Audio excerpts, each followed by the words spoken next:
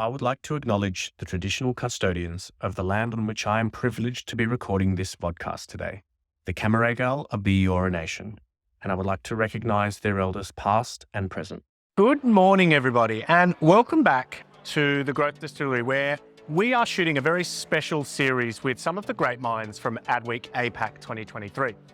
And I couldn't think of a better person to kick this off than the illustrious Mel Fein. Mel, thank you so much for coming and having a chat. Thank you for having me.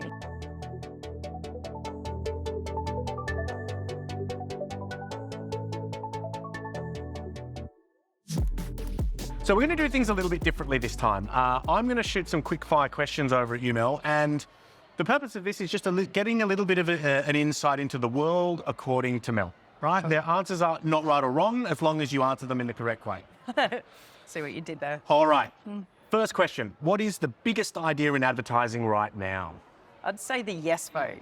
Ooh, okay. Yeah, I think it's obviously not a traditional advertising platform. Yep. But it's a big cultural moment in time where I think advertising is going to play a big role in the outcome of the decision. And I think that is what we're about to see over the next few months in not just like the increased volume of media, paid media spend, but also sort of the creative communications of it. It's been a bit soft to date. Yeah, I think we're only about to see it ramp up. So what an interesting take, the role that advertising and the mechanics of advertising are going to play in this. I think that's a really interesting answer. Yeah. Wasn't expecting that for the first one. All right.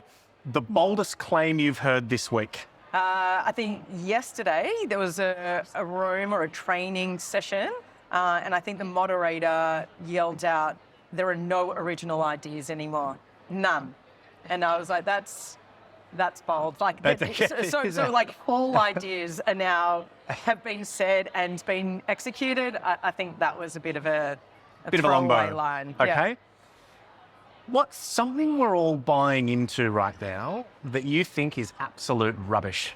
Yeah, I think there's been a lot of talk around the marking your own homework on the market mix modeling analytics space. Yeah. So like if you have an in-house model and you're creating market mix modeling or full funnel modeling for clients in-house in agencies, there's been a lot of talk that you're effectively marking your own homework, which is absolute BS because maths don't lie, numbers don't lie. Yep. That is one thing that cannot be creative in the communication platform. Yeah, I think there's this sort of concerning vein of anti-institutionalism that, Absolutely. we're all just peddling an agenda. Exactly. That's definitely. Okay, what should marketers and advertisers be paying attention to right now?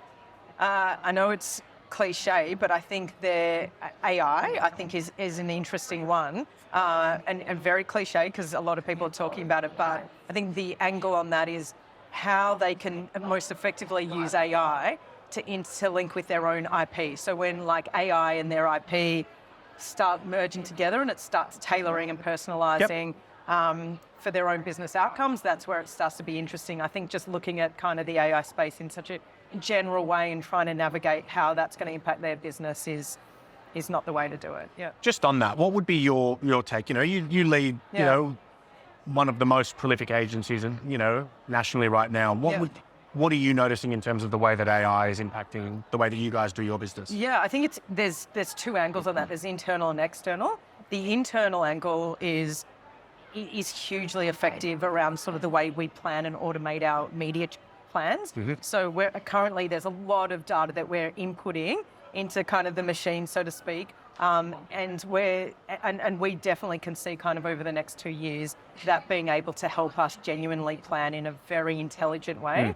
I think it's got to get the right inputs in there, of course, and that's sort of what we're modeling. I think externally, like the best use of bots to kind of answer a customer issue is probably what the most effective way is. But like that is, some are doing it well and some are not. Like it's going to be done in a timely and personalized manner versus, sure, hi, I'm a bot and I'm going to reply to you 24 hours later. It's like I could have just called a call center. Yeah. So I think there's still different kind of ways. Yeah, and using that to make frictionless experiences. Exactly, yeah. Other side of the coin, what shouldn't we be paying attention to right now? AI as well. Like, it is the perfectly two-sided coin. It really is at the moment. I think, because there is so much noise about it. And it was like, how do you make sure, as I said, that you're using it kind of in a very tailored, effective way for you? But I think marketers are getting caught up with it because their boards and executives are getting caught up with it, which means that there's pressure. Yeah, what's our coming position down. on? What's our position? What are we doing around this? How are we tailoring that story?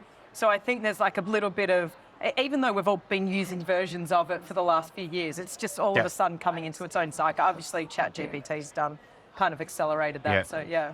I think it is the perfect answer to both questions. What excites you most about the year to come? I think, there's a lot internally that we're doing to move the dial. And I think that's something we're always proud of. At Initiative, we're trying to always do things a bit differently. But from an industry sector, I think retail media is actually exciting. Like, we're talking about it a lot. But honestly, the trajectory of growth for retail media is insane. And when we start looking at, finally we're looking at sort of some of the modeling of some of the US companies and like how they've accelerated growth over the last 5 to 10. Usually Australia is quite a sort of an early adapter and quick, first mover in some of these spaces.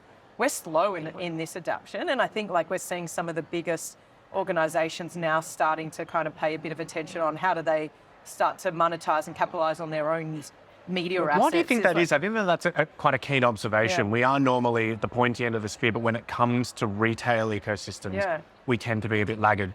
Yeah, I think it's just been like, there's obviously very, many answers to that, but a lot of the big retail partners that we've spoken to are a bit worried about disrupting the consumer experience. And they feel like it's like, if you're walking into a store and all of a sudden you've got screens and audio messages playing at you and everything, it's like, how does that seamlessly integrate into the physical space? I think in the e-com space, it's a bit more expected. So I think it's the physical space that we're trying to and not to sort of make it such an abrasive experience. It's too much, What keeps you up at night? I think, inflation outpacing salaries right now. It's just for me as a people leader, I lead, over a few hundred people. I lead some amazing people, and I think your value worth is going up faster than the rate I can, or the industry at that fact can actually afford to pay you. But inflation's moving at kind of the speed of the talent. Yet some of the big organisations are slower in sort of moving to get to that pace. So it's really working through the convincing of stakeholders and kind of the big corporate organisations how to navigate through some of that to make sure that we're fairly compensating our people. What an awesome answer. I love that answer, Mel.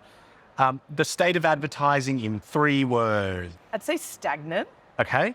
But brave and disruptive as well. So it's sort of like, there's the balance of that, and it's stagnant in so many ways, which frustrate a lot of us. And again, that's sometimes looking internally at our own mechanisms and how our own systems and processes sometimes slow us down to be able to produce some amazing, creatively effective work. But then as well, like, we've got some amazing brains and people in our industry that are brave to kind of challenge the status quo. And I think, we're a disruptive industry. Like we are, versus some of our competitors of, some of the big consulting firms or some of the big, banks or whatever other big categories. Like, we do move at a faster speed than them. So, What do you think the antidote to that stagnancy is? I think, and AI is the theme of this conversation.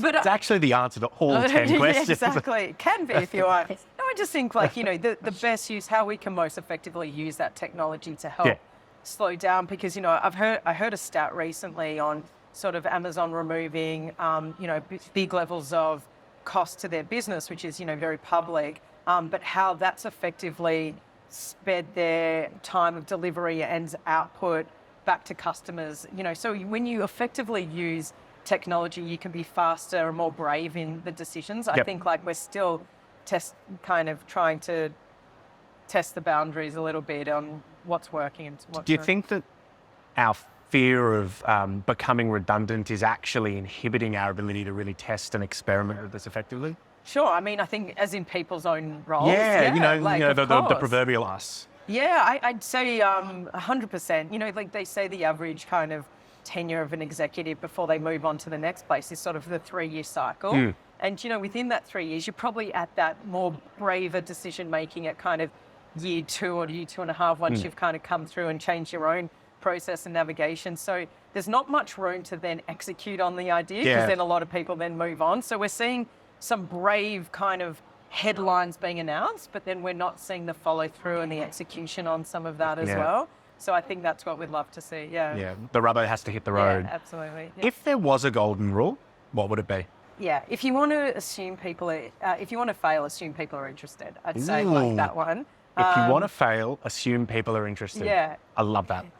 I think that probably says it all, because we've got such a big job to do to still make sure that people stay engaged and interested in our product. That is a great opening golden rule. I'll take that one to the bank. All right, and then final question, mate. Your advice for marketers and advertisers looking to find growth this year? Yeah, I mean, it's no new news, but don't get caught up in that short-termism. Like, we all learned that through the pandemic. It was like, don't stop spending and don't stay stagnant even in your spends. Like, we need to still break through and we've got to drive that competitive angle, not just through over-indexing in spend levels and making sure that you've got presence in the marketplace. That's really, really important. But make sure you work with the right partners to give you that competitive advantage through business insights and creative execution. So I think that is sage wisdom. And I think, just to back that up, there's a good 100 years of empirical evidence to say that the share gains you make in times of economic downturn compound when the economy restarts. There you go. So, Mel, thank you so much for joining us. Thank you for having me. I look forward to having you on us again. Awesome. Thank you. Bye. Have a good day.